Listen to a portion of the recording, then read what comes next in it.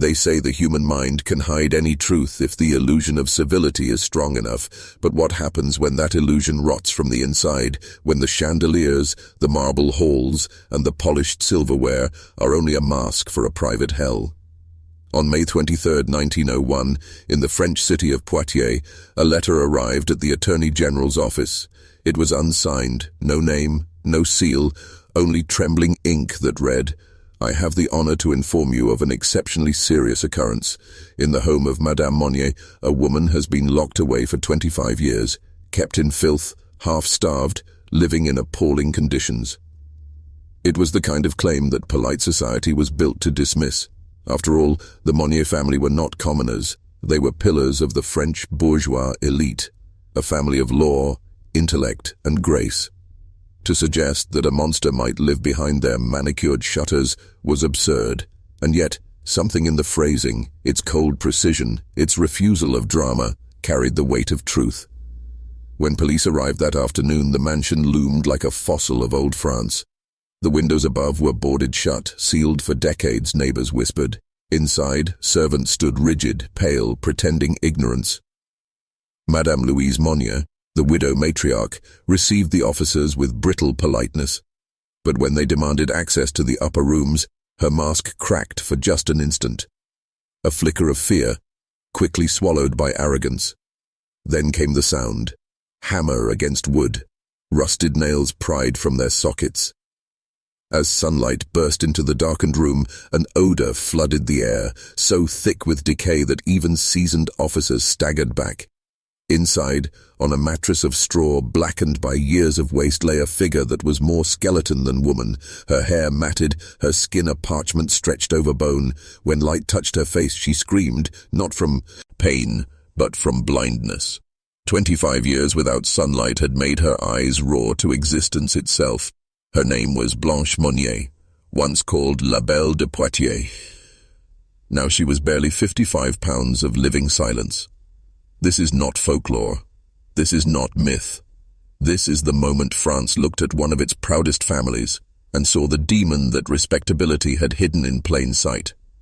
But to understand the horror that unfolded in that locked room, you have to go back to a world where family honor was worth more than a daughter's life and where disobedience was not punished. It was erased. Because before Blanche became a prisoner, she was the perfect daughter of a perfect family. And the perfect family is always the most dangerous kind. Before the door was sealed, before the stench, before the decades of darkness, there was laughter. There were ballroom lights, satin dresses, and the sound of violins drifting through summer air. Blanche Monnier was not a ghost then. She was alive in every sense, radiant, educated, admired. The daughter of Poitiers' intellectual elite, she carried her father's sharp mind and her mother's impossible beauty. Born in 1849, Blanche grew up in a world where appearance was everything. Her father, Charles Monnier, had been a respected law professor, the kind of man who believed reason could civilize anything, even the human heart. Her mother, Louise, was his opposite. Cold, regal, a social architect obsessed with reputation, with the way others' eyes shaped one's worth. Blanche had inherited both their gifts, her father's brilliance, her mother's poise, and that made her dangerous. Because in that era, a woman's power was meant to remain ornamental. She was to be admired, never to choose, to shine, but never to burn. By her early 20s, Blanche had become the Belle of Poitiers. Letters from that time describe her presence as illuminating. She read Voltaire and Balzac, spoke fluent English, and discussed philosophy at salons where women were expected to remain silent. Men of rank courted her. Dukes, scholars, officers, each one turned away by her mother's iron will. Louise would smile politely, sip her wine, and declare them unworthy of her daughter's bloodline. Behind the pleasantries was a conviction carved deep into her bones. The Monnier name would not be diluted by mediocrity. But Blanche had a heart that refused to obey. And hearts like that do not bend. They break the world around them. The man who captured her love was no nobleman. He was a lawyer, older, widowed, and poor. He had neither title nor inheritance, only a gentle voice and the courage to treat Blanche not as an ornament, but as an equal. In him she saw something her world had never offered her: sincerity. Their meetings began with conversation, legal advice after her father's death. But beneath the ink of their letters, devotion deepened into something her mother could never forgive: defiance. Love, in its truest form, is rebellion against control. By 1874, their affair was whispered across drawing rooms. Blanche didn't hide it. She spoke his name with pride. She said she would marry him no matter what her mother thought. Those words were her first act of freedom and her death sentence. Louise Monnier viewed the affair not as a scandal, but as contamination. Her daughter had brought shame into a house of scholars and saints. It wasn't just disobedience. It was social suicide. A woman of Blanche's class consorting with a man of modest means, the newspapers would have devoured them. And yet, what came next wasn't protection. It was purification. In the quiet corridors of the Monnier mansion, the mother's voice echoed like a verdict: "You will not see him again.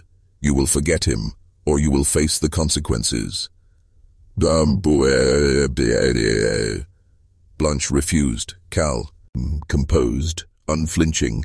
She said she would rather die than betray her heart. For a moment there was silence. Then came the sound of a glass shattering. Servants froze in their tracks. Marcel, Blanche's brother, entered the room to find his mother trembling, not from weakness, but from rage. That night Blanche was sent to her room. The door was locked, the shutters nailed. It was meant to be a lesson, but the lesson never ended. Days turned to weeks, weeks turned to months.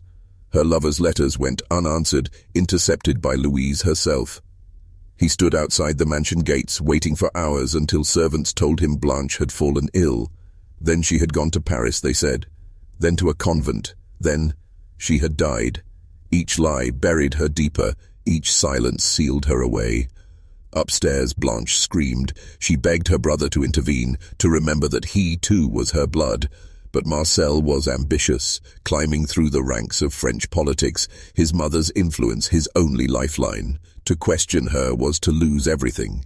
And so he chose silence over conscience. The servants pitied her.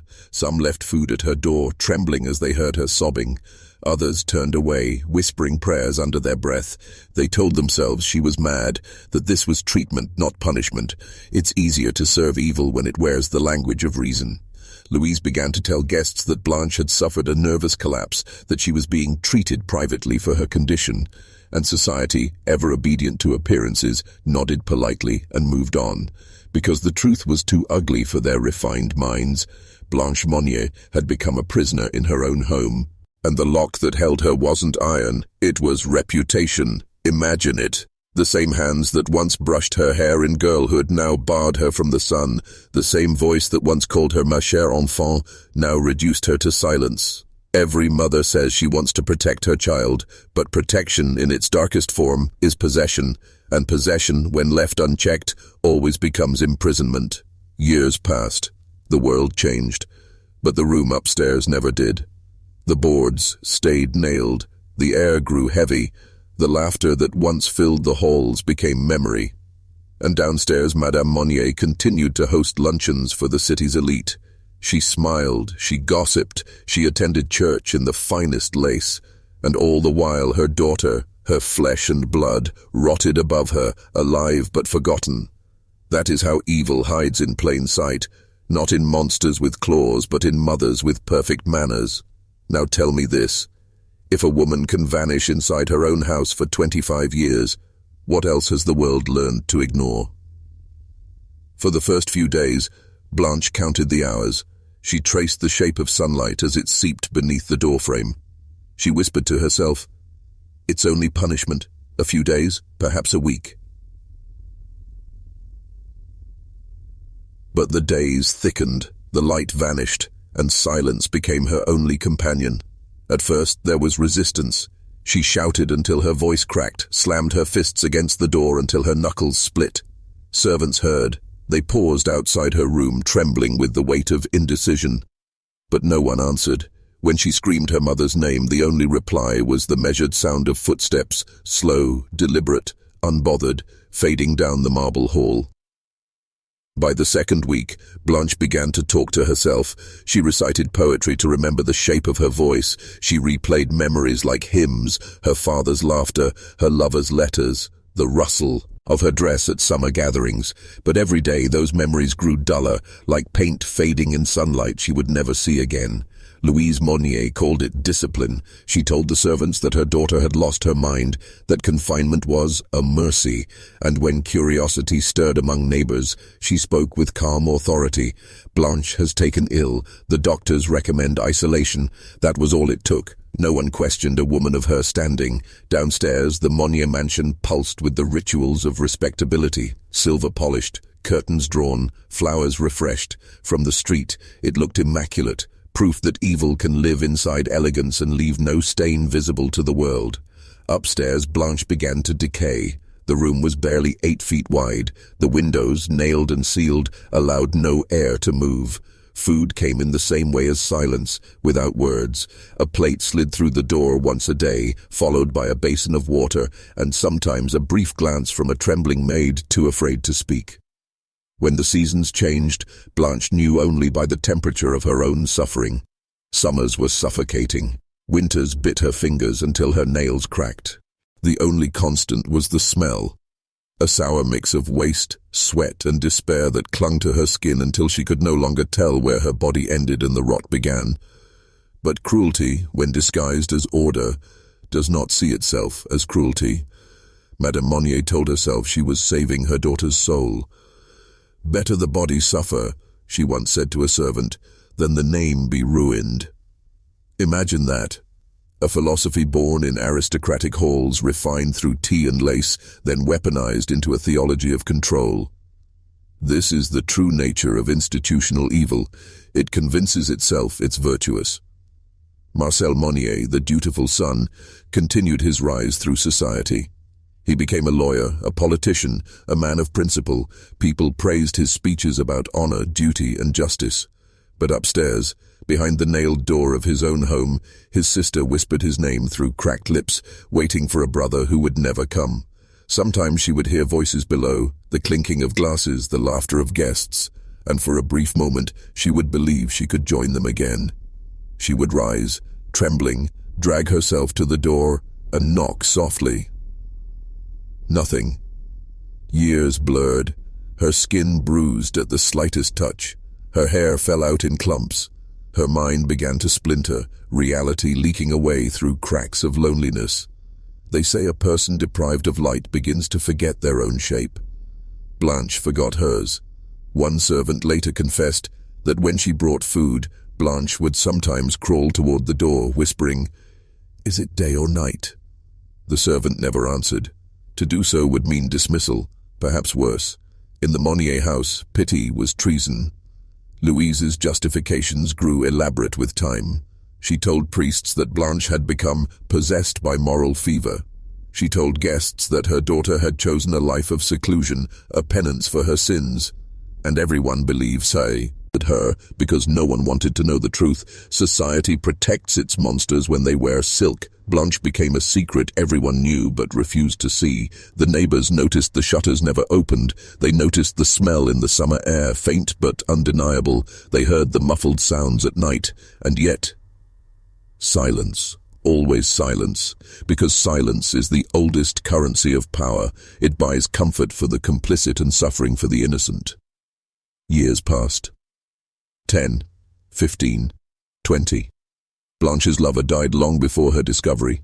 He had believed she had abandoned him, not knowing she had been buried alive within her own home. He died thinking she had chosen pride over love. But Blanche never stopped waiting. Every knock, every footstep outside her door, she thought it might be him. She whispered his name into the darkness until language itself dissolved. By the 20th year, she no longer had the strength to stand. Her bones had softened from lack of movement. Her muscles wasted. Her voice barely a whisper. And yet she clung to a small, flickering fragment of something most people would call madness. Hope. That is the cruelest part of imprisonment. Not that it destroys the body, but that it makes hope itself a form of torture. Her mother aged, her brother rose in politics. The world outside entered a new century. And Blanche Monnier, once the pride of Poitiers, remained a rumor in her own house, a living corpse behind a nailed window.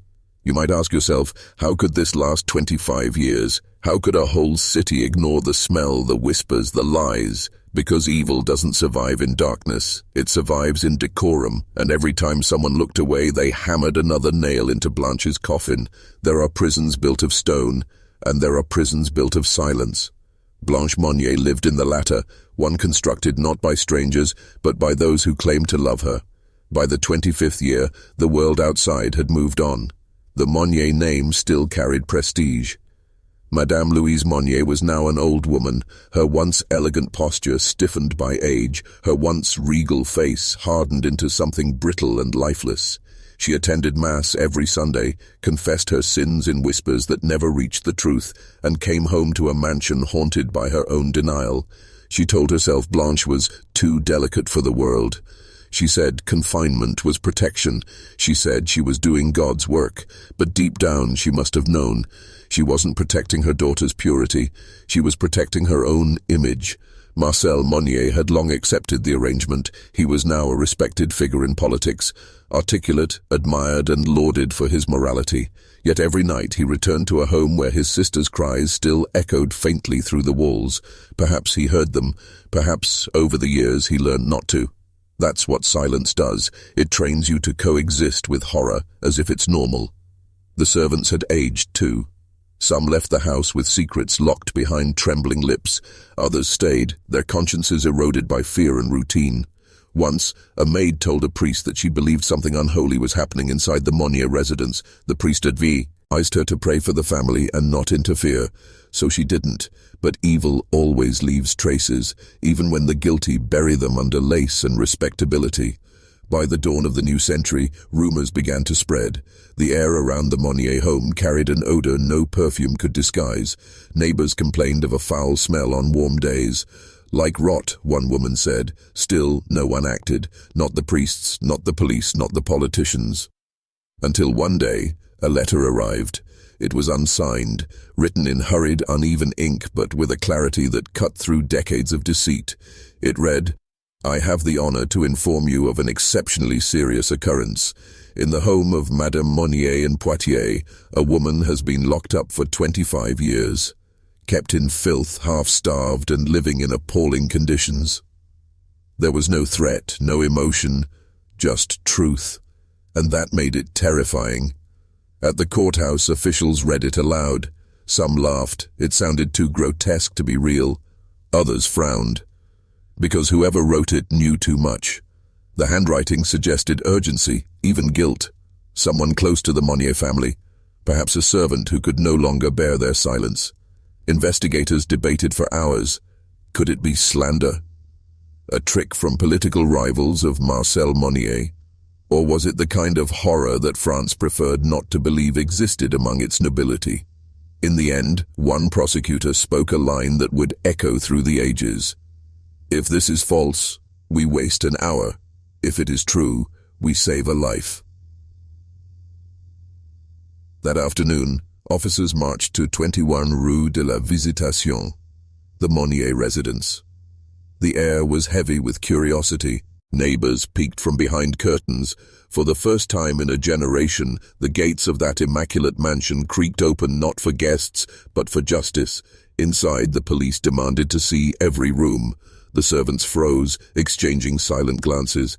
Madame Monnier, old and frail but still commanding, attempted to protest. "This is a respectable home," she said. "There is nothing here that concerns you." But the officers pressed on, up the grand staircase, down the corridor, toward the door whose paint had long blistered from neglect. One officer noticed the hinges, rusted, old, barely touched in years. The air grew heavier. Another officer pried at the boards nailed over the shutters, and as the final plank fell, a single ray of sunlight pierced the blackness. What followed was not silence. It was the sound of disbelief. A choking, visceral gasp that filled the hall. The smell struck first. The smell of rot, of waste, of human decay. Then, as their eyes adjusted, they saw her. Curled on a bed of straw, hair matted to her skull, nails like claws, eyes shrunken into sockets that had not seen light since Napoleon III ruled France. She turned her head weakly toward the door, blinking against the brightness. Her voice was a rasp, half human, half memory. Light. Oh my God, light. The officers froze. One crossed himself, another vomited in the hall. They thought they had found a corpse. But Blanche Monnier was alive. Weighing barely 55 pounds, she had survived on scraps, filth, and madness. Her skin clung to her bones like paper. Her lips were cracked open from thirst. And yet, in her eyes, beneath the horror, was something hauntingly human. Recognition. The faint, flickering memory of what life had once felt like. When the police lifted her from the bed, she whimpered like a child. They covered her in a sheet. She trembled, not from cold, but from the shock of freedom. One of the officers later wrote in his report, "The room was a tomb of living flesh. I shall never forget the stench, nor the sound of her breathing, the sound of a woman who had forgotten the world." Downstairs, Madame Monnier sat in her chair, silent. When confronted, she said only, "She chose to stay there." Even in that moment, she refused to call it cruelty. The illusion had shattered. The house that had stood as a monument to grace was now a crime scene. The press swarmed. "A daughter buried alive by her mother," screamed the headlines. Across Europe, people trembled at the thought, not because evil had been discovered, but because it had lived so comfortably among them. It took one anonymous letter to do what conscience had failed to do for 25 years. One act of rebellion against silence, and that perhaps is the most terrifying truth of all. It doesn't take a monster to create a prison. It takes a society willing to look away. The day Blanche Monnier was carried out of that room, the sky above Poitiers was bright, painfully bright. The crowd that gathered in the street fell silent as the stretcher emerged. Even from a distance, her body seemed almost translucent, her limbs skeletal, her hair clinging to her skull like burnt grass. She flinched when the sunlight touched her. After 25 years in darkness, daylight wasn't salvation. It was an assault. Witnesses said she whispered only 3 words. "Is it morning?" It wasn't morning. It was the end of an era. The day France was forced to face what civilization hides behind its velvet curtains. The doctors who examined her later that afternoon were hardened men, veterans of asylums and prisons, yet none could recall ever seeing something so cruelly deliberate. Her body weighed 55 pounds. Her muscles had atrophied so completely she could barely lift her head. Her fingernails had grown into hooks. Her teeth were rotting. Her skin had fused to the bedding in places from decades of immobility. She was a living fossil of cruelty, a record of every day she had been forgotten. But the most haunting part was her voice. When the doctors asked her name, she hesitated, as if trying to remember it. Finally, she said, "Blanche Monnier." One doctor noted, "She spoke with the humility of a child who expected to be punished for answering." In the hospital ward, Blanche was placed near a window. The light that streamed through it made her cry uncontrollably for hours. Not from pain, but from the unbearable reminder of what had been stolen from her. Reporters flooded the city. The Monnier scandal, they called it, the prisoner of Poitiers. The story traveled from France to England to America, each paper competing to describe the unimaginable. People gasped. Some refused to believe it. How could a mother do such a thing? How could a family keep a secret so monstrous for so long? But those questions were the wrong ones. The real question was simpler. How many others were never discovered? Because Blanche's case wasn't just an act of cruelty, it was a mirror, reflecting the disease of a society built on silence and appearances, a society that worshipped propriety more than mercy. The police interrogation of Madame Louise Monnier began the same night. She was 75 years old, composed, defiant. When asked how she could do such a thing to her own daughter, she smiled faintly and replied, "She loved a man who was beneath her. She refused to obey. What would you have done?" The officer reportedly slammed his fist on the table. "I would have let her live," he said. But Louise didn't flinch. She spoke as if she were explaining house rules. The logic of her cruelty so ordinary it chilled the room. She was happy, she said. She had her meals, her rest, her prayers. Her son Marcel sat nearby, silent and pale. For decades he had lived in the same house, hosted political gatherings, made speeches about virtue and civic duty, all while his sister starved above him. When asked why he never intervened, he said, "I could do nothing. My mother ruled the home." That sentence, "My mother ruled the home," would haunt France for generations. It was not just a confession, it was an admission of the power of obedience, the kind that kills without conscience, the kind that keeps evil respectable. When the Monnier mansion was searched, investigators found Blanche's room unchanged. The bed of straw, the rotted blankets, the chamber pot overturned beside the mattress, and on the wall, faint scratches where fingernails had clawed for freedom. One officer wrote, "The smell was so strong, it clung to my skin for days. It was not the smell of death, but of time itself decaying." Louise Monnier was charged with illegal imprisonment and cruelty. Marcel faced charges of complicity. The public wanted blood. The newspapers called Louise the monster mother. Crowds gathered outside the courthouse shouting for her death. But fate intervened. Before the trial could reach its climax, Madame Monnier died in her cell, reportedly of heart failure, though some claimed it was starvation, that she refused to eat once her secret was known. Marcel, however, stood trial alone. He wept on the stand, spoke of fear, of control, of his mother's iron will. The court listened, the lawyers debated, and then, in one of history's great ironies, he was acquitted. The reasoning? He had never directly participated in his sister's confinement. Silence, they said, was not a crime, but it was. It always is. After the trial, the Monnier mansion was boarded up. Its gates rusted. The family name, once spoken with pride, became a curse in Poitiers. And Blanche, the woman who had spent half her life in darkness, was transferred to a sanitarium outside Paris. There she began to speak again. Slowly, softly, she would ask the nurses questions that broke their hearts. "Is my mother angry with me? May I go to the garden? Does he still wait for me?" The doctors wrote that she had the gentle temperament of someone who no longer distinguishes between dream and reality. She never recovered her full senses, but she smiled when the sunlight touched her hands. She would whisper to herself, "The light is kind today." And maybe that's what survival really is. Not vengeance, not healing, but the fragile ability to still find kindness in a world that once buried you alive. Blanche Monnier lived until 1913. She never returned to Poitiers.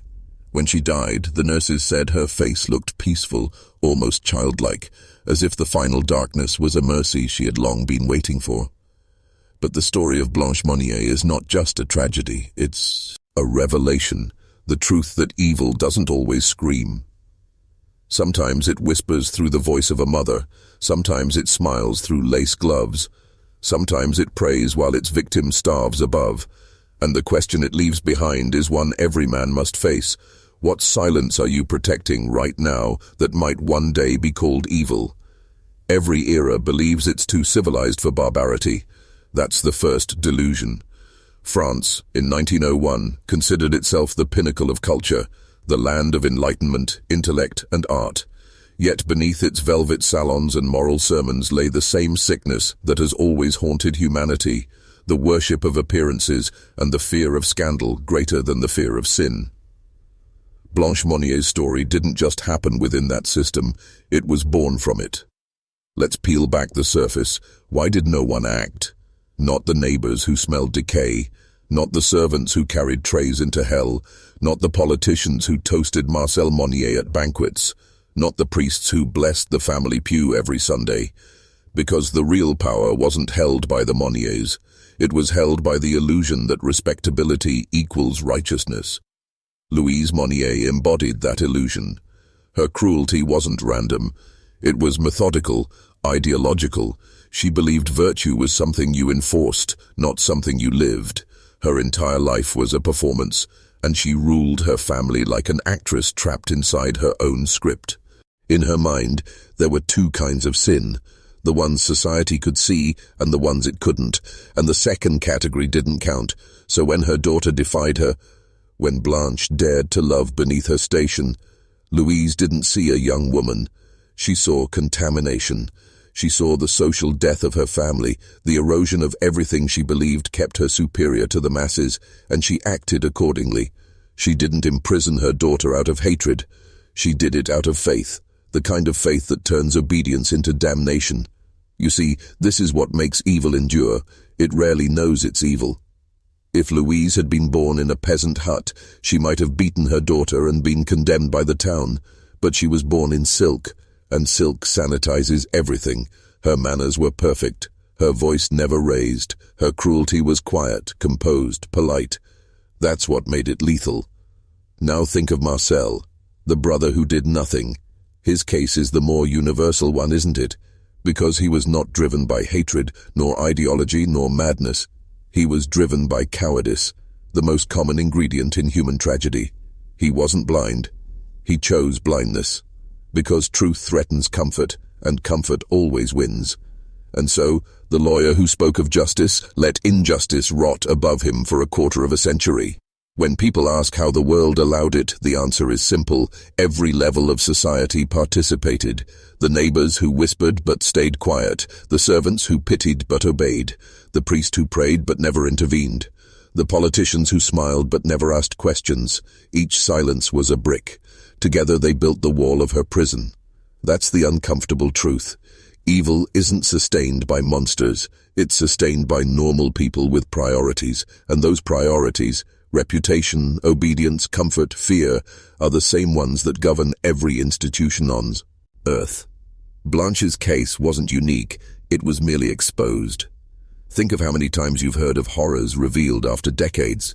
Secret asylums, orphanages, experiments that disappeared. And every time people ask the same thing, how could this happen? It happens because someone like Louise exists in every system, the moral guardian who believes the ends justify the means, and someone like Marcel exists beside her. The silent witness who convinces himself that silence is neutral, but silence is never neutral. It is the accomplice of cruelty. The Monnier mansion was not unique to 19th century France. It was just a reflection, a miniature of every house, every institution, every society that chooses comfort over truth. When the story broke, French newspapers turned it into a national scandal. They printed sketches of Blanche in her bed, her frail form contrasted with the grandeur of her home. People wept. They wrote editorials condemning the Monniers, but soon, as always, the outrage faded. The newspapers moved on. The same polite society that had allowed the crime now mourned it theatrically, as though empathy after the fact could erase complicity before it. It's a pattern as old as civilization itself. We condemn the monsters only after they've died, so we never have to recognize them while they live among us. But perhaps the most haunting question is this: did Blanche forgive them? The doctors who treated her said she spoke of her mother with confusion, never anger. She would ask, "Has Maman forgiven me yet?" As if she were the sinner. Her mind had been bent until love and punishment were indistinguishable. That is the final victory of control, when the prisoner defends the warden. It's easy to say Louise Monnier was insane, but she wasn't. She was normal, terrifyingly normal, and that's why her story matters. Because the distance between her and us is smaller than we'd like to admit. Every time you avoid confrontation to keep the peace, every time you excuse cruelty because it's inconvenient to stop it, every time you let someone suffer in silence because it's not your business, you play a note in the same symphony that once played in Poitiers. The Monnier case didn't end in 1901, it just changed form, and maybe that's why it still haunts us. Because deep down, we know that Blanche isn't just a story, she's a mirror. A reflection of how far we'll go to protect the image of goodness, even when it means burying the truth alive. When Blanche was freed, the city of Poitiers transformed overnight into a theater of outrage. The newspapers printed her name in bold. The crowds gathered outside the Monnier mansion, not out of grief, but out of spectacle. People wanted to look upon the house, to see the windows that had been sealed for 25 years, to touch the gate, as if proximity to evil would confirm their own innocence. France loves its scandals. Every empire does, because scandal gives society a way to condemn evil without dismantling it. Within days, the Monnier case was not just a crime, it was a lesson. Priests spoke from pulpits about the dangers of passion. Politicians spoke of the failure of family virtue. Newspapers moralized about the corruption of the upper class, while their own editors dined with men exactly like Marcel. You see, when institutions are confronted by horror, they do not reform, they recycle it, they turn suffering into currency.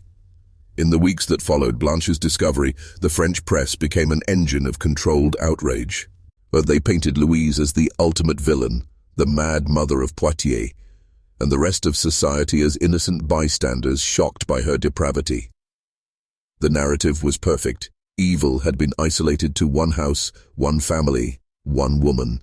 And so the world could move on, purified by its own disgust.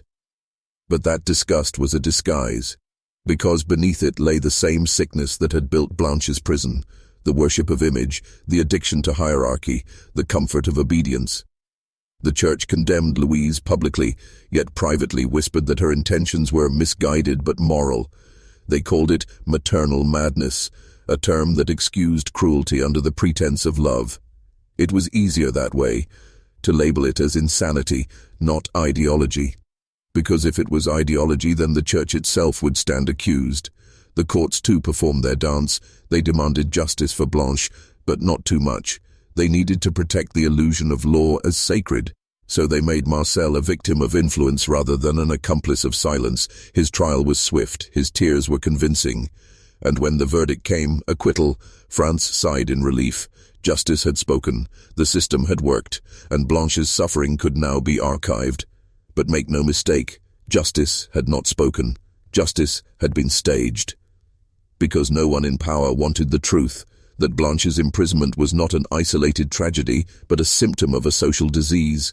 The disease of hierarchy, the disease of moral image, the disease that teaches obedience as virtue and silence as grace. The Monnier case should have shattered those illusions. Instead, it became a moral sermon, one that blamed an old woman, then quietly absolved everyone else. And yet, somewhere within that hypocrisy, Blanche's existence became something rare, a symbol, not of rebellion, not of vengeance, but of endurance. In Paris, artists began to speak of her in hushed tones. Playwrights, poets, and philosophers debated her case. They called her La Femme de l'Ombre, the woman of the shadows. To some, she became a saint of suffering. To others, a warning of what happens when purity is turned into ideology. One writer, Octave Mirbeau, said it best: "The Monnier affair is not about a mother and a daughter, it is about civilization devouring its own children and calling it morality." You see, Blanche's prison was only the visible part of a much larger structure, the one every society builds around control. It is built with laws that protect the powerful, with doctrines that justify cruelty, with customs that tell you to stay silent for the sake of peace. And that structure doesn't die, it adapts. After the scandal faded, France did what all nations do when confronted with unbearable truth. It buried it under intellectualism. The case became a subject for essays, debates, and psychological studies. Professors dissected it as a case of familial hysteria, neatly removing its soul so it could be discussed without discomfort. Blanche had gone from human to specimen. Her suffering was now data. That's how history sterilizes horror. It translates blood into theory, but there was something they could never sterilize: the photographs. The image of Blanche Monnier sitting upright in that hospital bed, her eyes sunken yet alive, her hair wild, her mouth slightly open as if she were about to speak after 25 years of silence. That photograph haunted Europe. Not because it showed death, but because it showed endurance, because no matter how much her captors had stripped from her, her youth, her freedom, her dignity, she had survived, and that survival was her defiance. You can almost imagine her, in those final years of quiet rehabilitation, sitting by the window of her sanitarium, the light touching her face, her voice soft as she whispered the words she had waited half her life to say: "I forgive the light for forgetting me." Forgiveness, not for her mother, not for her brother, but for the world that allowed her suffering to exist. That is what the institutions could never comprehend, that real strength is not in obedience, but in endurance, not in reputation, but in truth. Blanche Monnier's name may have been used as spectacle, sermon, and symbol, but beneath all that noise lies a far more dangerous revelation. If you strip away the lace and the laws, the world has never stopped locking its inconvenient people away. The rooms just look different now. Some have wallpaper, some have screens, but the silence is the same. History loves to pretend that monsters live in the past. It comforts us to think that cruelty, like Blanche Monnier's imprisonment, was a product of an older, more ignorant time, that we have evolved beyond such darkness. But the truth is harder, colder, more uncomfortable. The room Blanche was locked in still exists. Only now, it has changed shape. Today, the walls are invisible, the locks are psychological, and the silence has become digital. Every society, every era, has its own way of hiding its inconvenient souls. In Blanche's time, they sealed the door and called it virtue. In ours, we drown them in noise and call it freedom. Look around. How many people live in quiet prisons built from expectation, image, fear of judgment? How many daughters still obey the ghosts of mothers who value reputation over happiness? How many sons still stay silent to preserve comfort, lineage, or career? How many minds filled with rebellion and beauty are locked away because they threaten the fragile illusion of order? We may not see boarded windows anymore, but our societies still reward obedience over truth. We have traded iron bars for social masks, and those masks are harder to break. Blanche's mother didn't need religion to justify cruelty. She needed approval. The fear of gossip is the oldest form of control. It polices the soul without ever lifting a hand, and that same fear runs through every system we call civilized. Governments that hide injustice behind patriotism, corporations that disguise exploitation as ambition, families that call manipulation tradition, churches that use silence as penance. They all use the same weapon Louise Monnier used, the moral theater of goodness. Because the most powerful control is never achieved through force, it's achieved through conviction.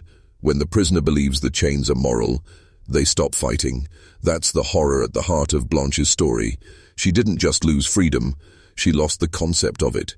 She forgot what sunlight meant. She forgot what laughter sounded like. She forgot that she was allowed to exist outside someone else's permission, and that forgetting, that erasure of self, is still happening every day in quiet rooms around the world, in homes ruled by pride, in institutions ruled by hierarchy, in minds ruled by guilt. If you think that's exaggeration, look closer. Look at the workers trapped in cycles of obedience because they fear losing status. Look at the children silenced by cultures that worship conformity.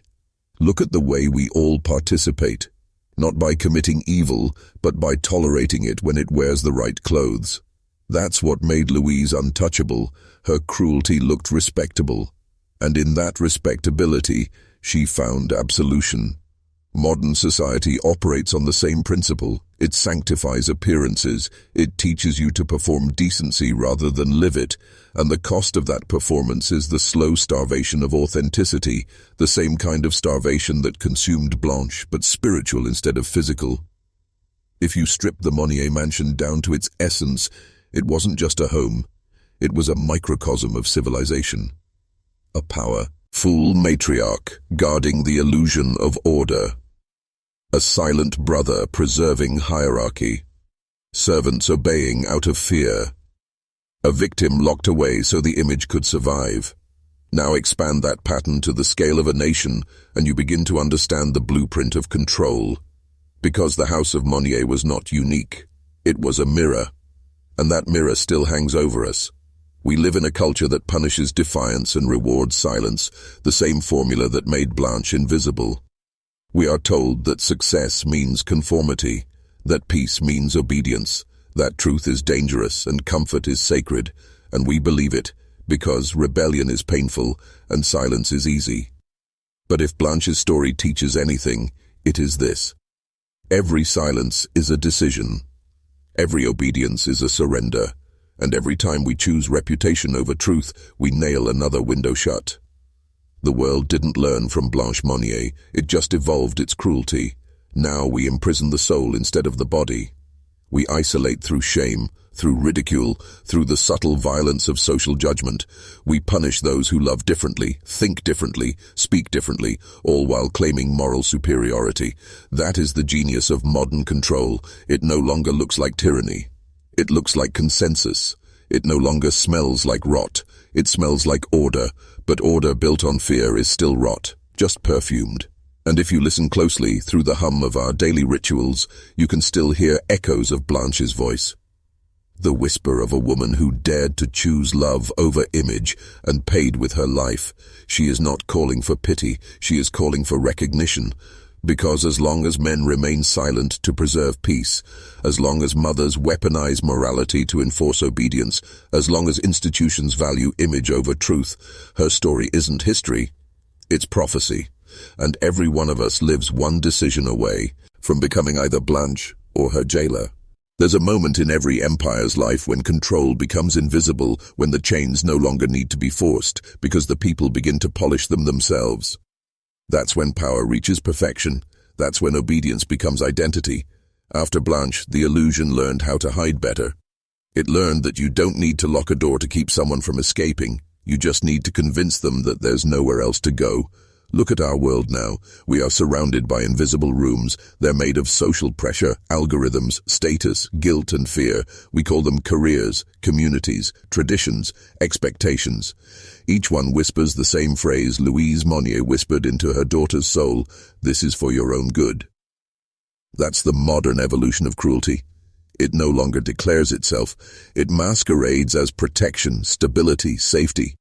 It tells you to behave, to blend in, to follow the script, because rebellion is inconvenient and individuality is dangerous. The same psychological structure that kept Blanche locked away now runs through the bloodstream of civilization.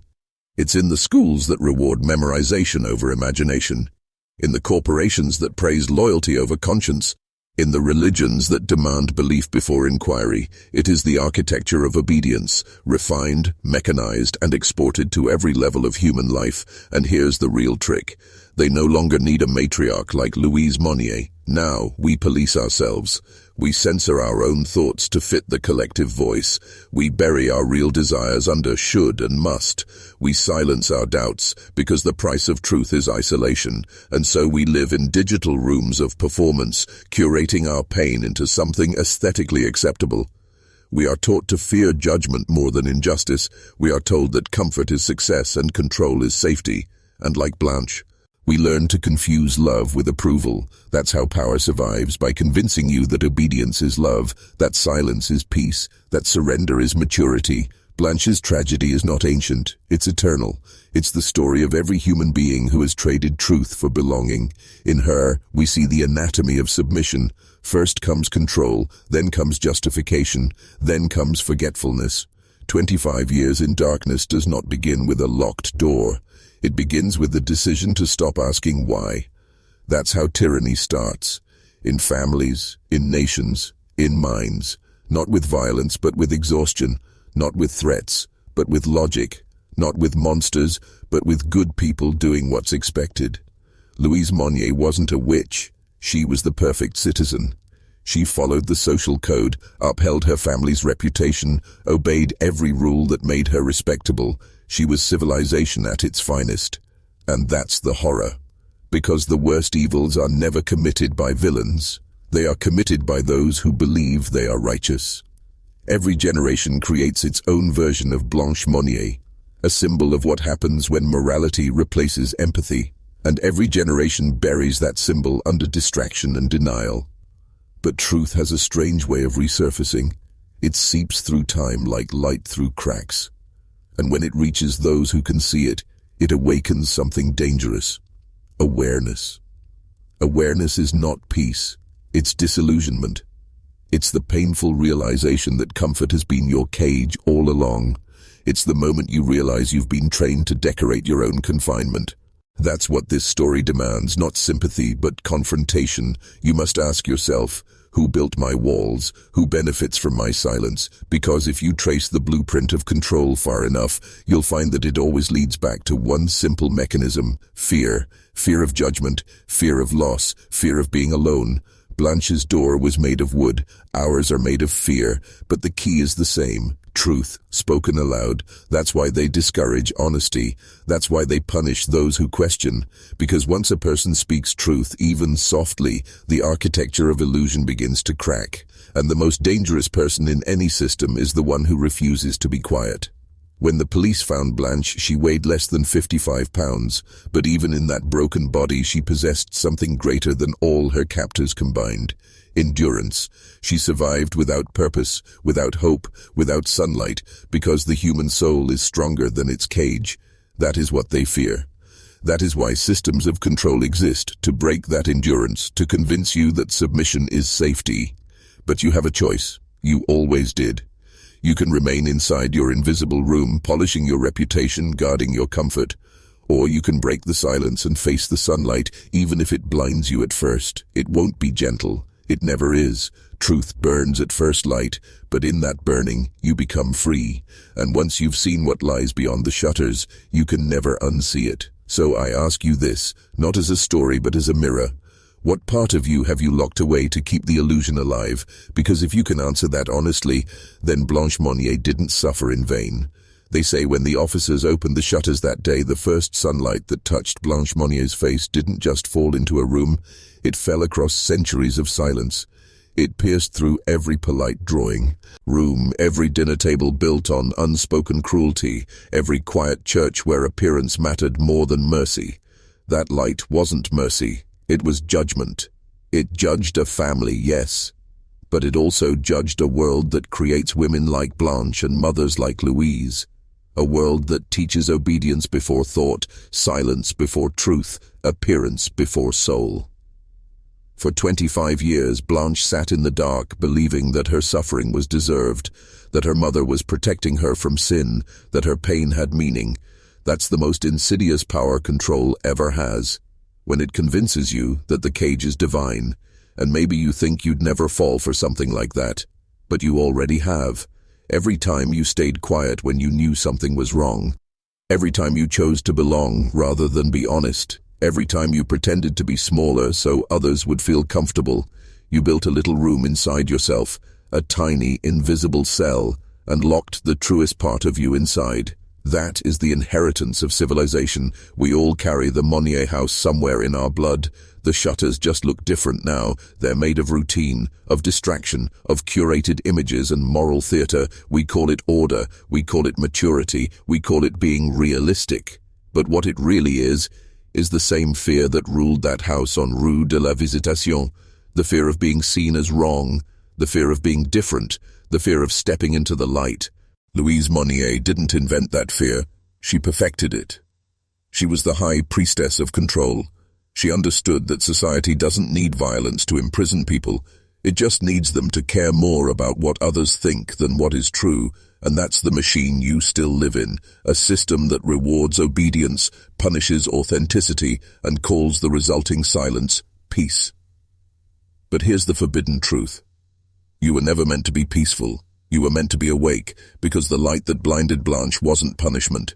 It was truth, and the truth always hurts before it heals. When you finally open your own shutters, when you look honestly at what you've obeyed, what you've sacrificed, what you've pretended, it will feel like burning. You'll want to turn back. You'll tell yourself the dark was easier, safer, cleaner. But remember Blanche. Remember that she saw sunlight for the first time in 25 years and didn't scream in hatred. She whispered, "Is it morning?" That question wasn't confusion. It was the first prayer of a soul remembering itself. She had been buried alive, yet her first instinct was to wonder if the world had forgiven her absence. That's what humanity does. It apologizes for its suffering instead of confronting its captors. And that is where the awakening begins, when you stop apologizing for your own freedom. The truth is this: Blanche's story was never about her mother, or her brother, or even her prison. It was about what happens when love becomes obedience, when morality becomes image, when silence becomes sacred. It was about what happens when a whole world agrees that comfort is more important than conscience. We are all born with windows wide open. But every compromise, every silence, every time we betray what we know is right, the boards go up, one by one, until there's only a sliver of light left. And one day, if you were not careful, you forget there was ever a view at all. That's when they win. The system doesn't need your soul, it just needs your quiet compliance. But here's the secret the Monniers never understood. Endurance is rebellion. Every time you refuse to stay silent, you pry one nail loose. Every time you tell the truth, no matter how small, you let light in. And light, once seen, can never be unseen. So maybe this story isn't just history. Maybe it's an instruction.